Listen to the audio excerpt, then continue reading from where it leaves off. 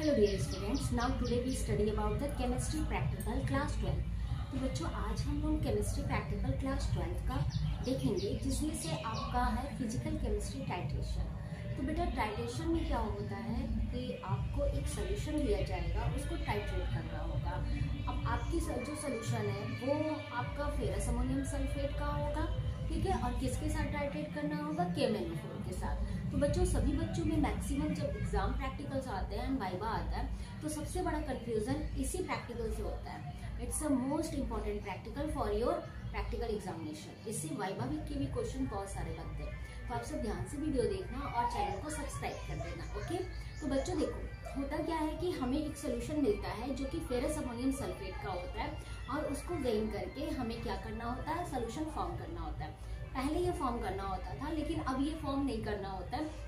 ये भी आपको क्या होता है, बना बनाया सोल्यूशन मिल जाएगा, ठीक है। अगर आपको बना बनाया सोल्यूशन एग्जाम में नहीं मिलता है तो आपको फेरस अमोनियम सल्फेट मिलेगा, तो उसको क्या करेंगे हम लोग? वेइंग कर लेंगे, ठीक है। तो वेइंग करने का तरीका अलग होता है। तो आज केवल हम लोग सोल्यूशन के बारे में देखते हैं कि अगर हमें सोल्यूशन मिलता है तो उसको कैसे टाइट्रेट करेंगे। और टाइट्रेट करने के बाद जब एग्जामिनर जो आपसे वाइवा लेने आते हैं बाहर से, वो आपसे किस टाइप के क्वेश्चंस यहाँ पूछेंगे, ठीक है।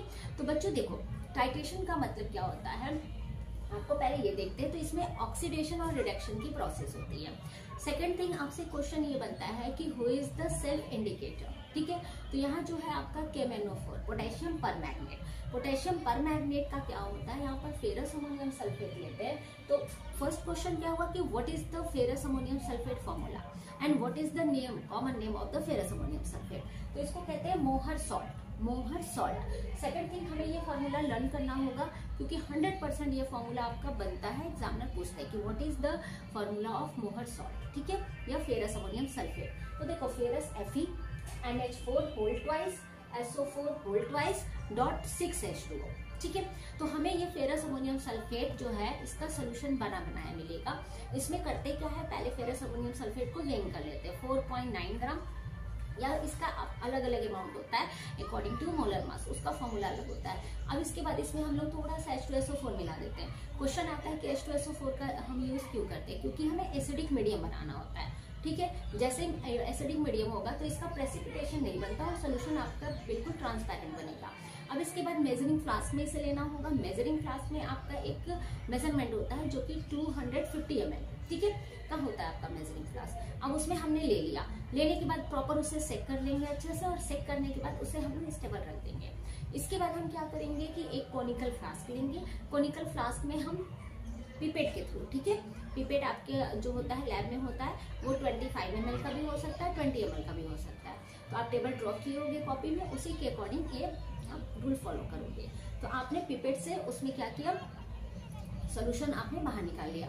सोल्यूशन निकालने के बाद आप कोनिकल फ्लास्क में सोल्यूशन लेंगे, एंड कोनिकल फ्लास्क में लेने के बाद ब्यूरेट के अंदर, जो कि ब्यूरेट आपका कितने ml का होता है? 50 ml। ये क्वेश्चन आपके वाइवा में पूछा जाता है कि ब्यूरेट का जो मेजरमेंट होता है वो कितने का होता है? तो ये 50 ml का होता है, ठीक है। अब ब्यूरेट में KMnO4 के साथ टाइट्रेट करते हैं, कभी कभी ऑक्जेलिक एसिड के साथ भी आप करते हो। तो एग्जाम में जो आपको मिला हो, तो पर्टिकुलर हम लोग KMnO4 के साथ का देखते हैं, पोटेशियम परमैंगनेट, ओके। तो KMnO4 के साथ जब टाइट्रेट करते हैं तो जो KMnO4 का कलर होता है वो कैसा कलर होता है? डार्क पर्पल होता है, ठीक है। लेकिन जैसे ही हम उसको फेरस अमोनियम सल्फेट में सोल्यूशन में डालेंगे तो उसका कलर डिसअपीयर हो जाएगा। क्वेश्चन आया कि क्यों डिसअपीयर होता है, ऐसा होता क्यों है, ठीक है। तो फर्स्टली क्या होता है कि KMnO4 का अगर 1 ड्रॉप हम वाटर में डालें तो पूरा का पूरा कलर कैसा हो जाएगा? पर्पल कलर का हो जाएगा। लेकिन हम फेरस अमोनियम सल्फेट में डालते हैं तो उसका कलर पर्पल क्यों नहीं होता?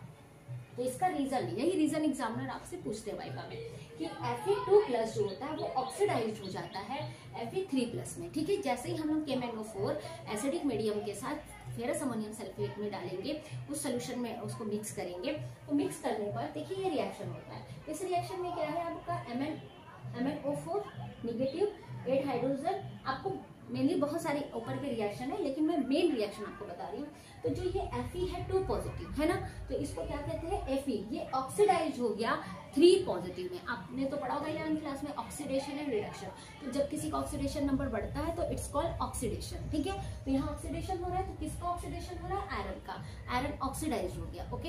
एंड देन रिडक्शन किसका हो रहा है? तो देखिए MnO4 निगेटिव, ठीक है, माइनस। रिड्यूस टू किसमें हो रहा है, Mn2 पॉजिटिव।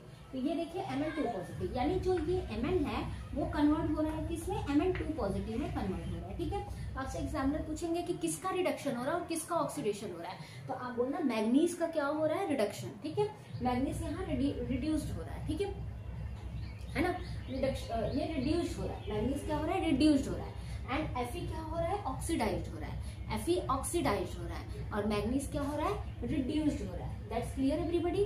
तो हम लोग क्या करेंगे, इसको इसी तरह से रेडी करेंगे। तो जब आप KMnO4 सोल्यूशन डालोगे फेरस अमोनियम सल्फेट में, उसका कलर डिसअपियर हो जाएगा, बार बार डिसअपियर होगा, लेकिन एक पॉइंट ऐसा होगा जहां पर वो डिसअपियर होना स्टॉप हो जाएगा और सोल्यूशन पिंक कलर का हो जाता है। तो सोल्यूशन पिंक क्यों होता है, क्योंकि वहां पर आपका ऑक्सीडाइज और रिड्यूस होना स्टॉप हो जाते हैं। तो कौन ऑक्सीडाइज हो रहा है, आयरन, कौन रिड्यूस्ड हो रहा है, मैग्नीज। ठीक है, ये बस टॉपिक आप याद रखना, वाइवा में यही से क्वेश्चन बनता है। तो टाइट्रेशन का आप calculation N1V1 is equal to N2V2, और इसके साथ ही आप क्या निकालोगे, पोटेशियम पर मैग्नेट का कॉन्सेंट्रेशन कितना है।